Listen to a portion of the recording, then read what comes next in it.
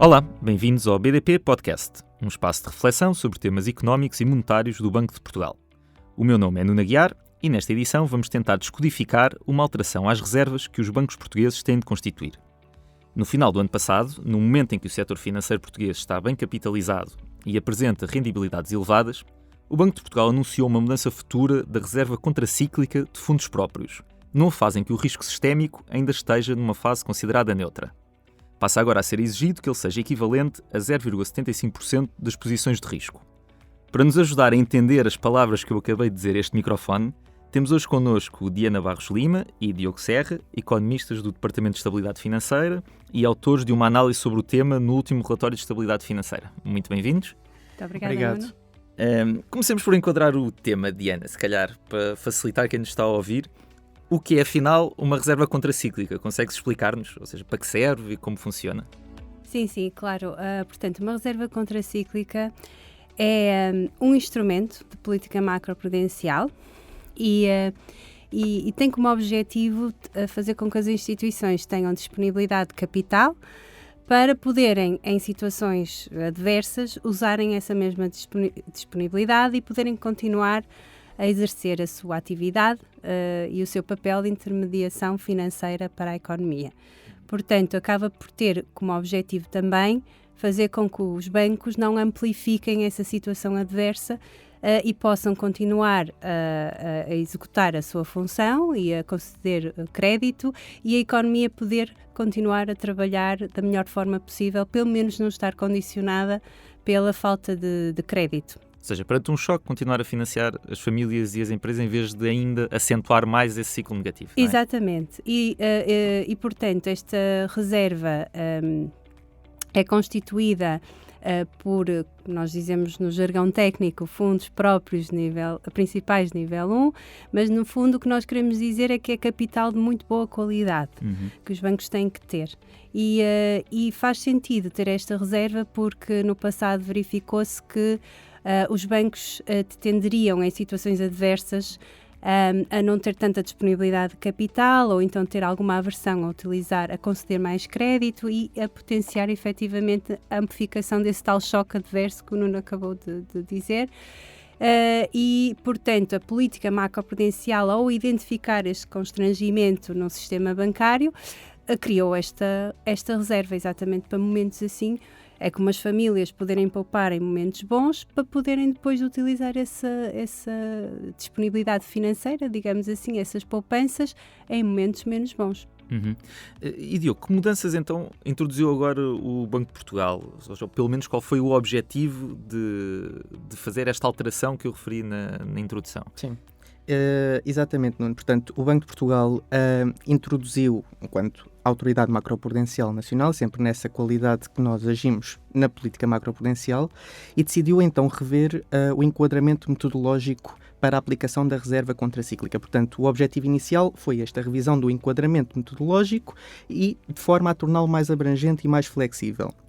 E esta abrangência e flexibilidade que agora introduzimos prevê que a ativação desta reserva contracíclica se possa fazer numa fase inicial do ciclo financeiro.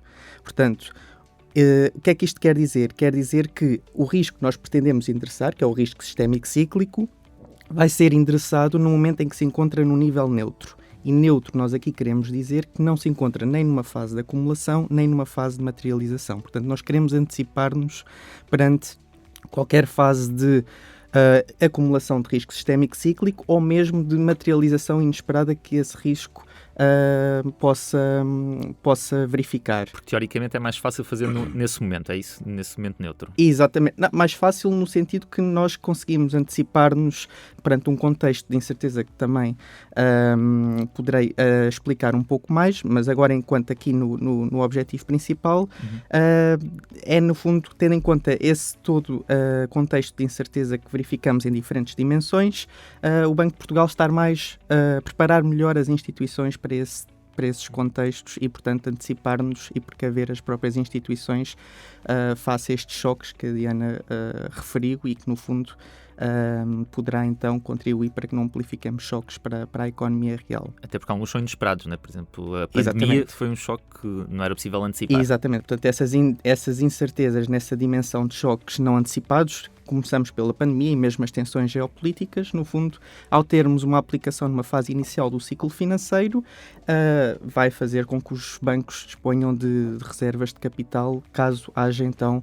essa concretização desse mesmo choque. E porquê fazer esta alteração agora? Estamos num momento especialmente positivo para a capitalização e para a rendibilidade do setor financeiro. Isso tem alguma influência, não é? Portanto, como eu disse inicialmente, o que este enquadramento prevê é que esta reserva possa ser implementada, aplicada pelo Banco de Portugal, numa fase em que o risco sistémico cíclico se encontra numa fase neutra. E, obviamente, que isso implica, e de acordo com as nossas avaliações internas, que conseguirmos identificar que o risco se encontra nessa mesma fase de risco sistémico cíclico neutro.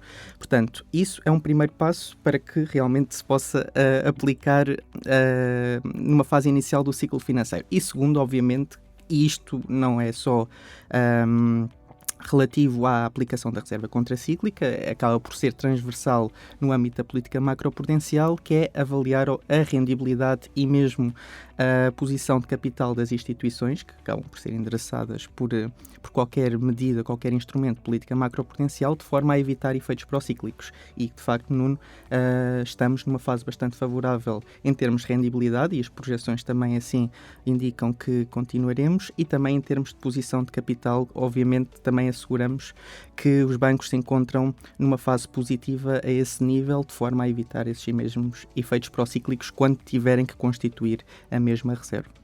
Já referiste várias vezes a questão da fase de risco neutro do ciclo financeiro.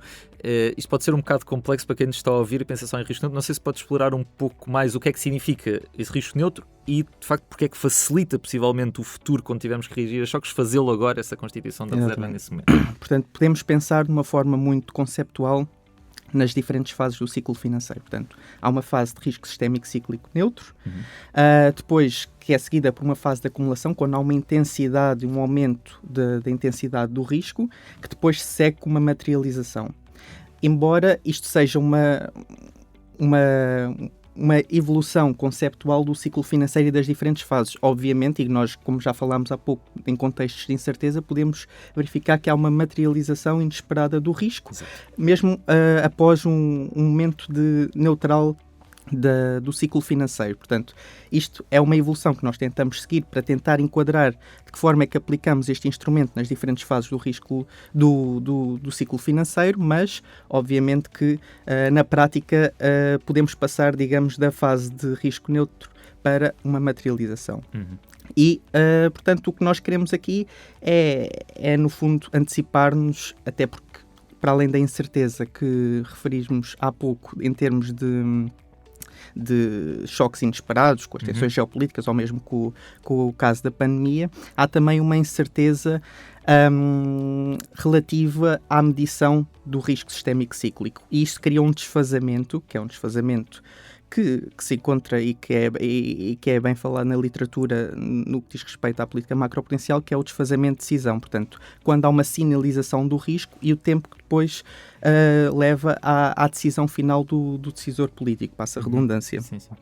E aqui, neste caso, como há essa incerteza na medição do risco através dos próprios indicadores, das propriedades dos indicadores e mesmo pelo facto dos dados que dispomos não serem obtidos em tempo real, ao anteciparmos a aplicação da reserva contracíclica numa fase de risco sistémico cíclico neutro, numa fase inicial, estamos também, de certa forma, a encurtar esse desfazamento, a mitigar esse desfazamento. E Diana, com esta mudança que vamos ter no futuro, que chegará ao terreno em 2026, certo? Certo. Como é que ficamos a comparar com outros países da zona euro? Nós comparamos bem, efetivamente, mas de facto é importante dizer que esta reserva contracíclica já está implementada na Europa, na União Europeia, desde 2016. Portanto, é natural que já muitos países a tenham ativado antes de nós. Neste momento, efetivamente, há 15 países, que é um número bastante elevado, de países que adotaram este novo enquadramento, que o Diogo falou aqui e explicou muito bem, para a reserva contracíclica. Obviamente que há diferenças quer nas taxas que são implementadas, porque esta reserva pode ir de 0 a 2,5%, até pode ir mais, mas de facto precisa de algumas aprovações especiais, digamos assim.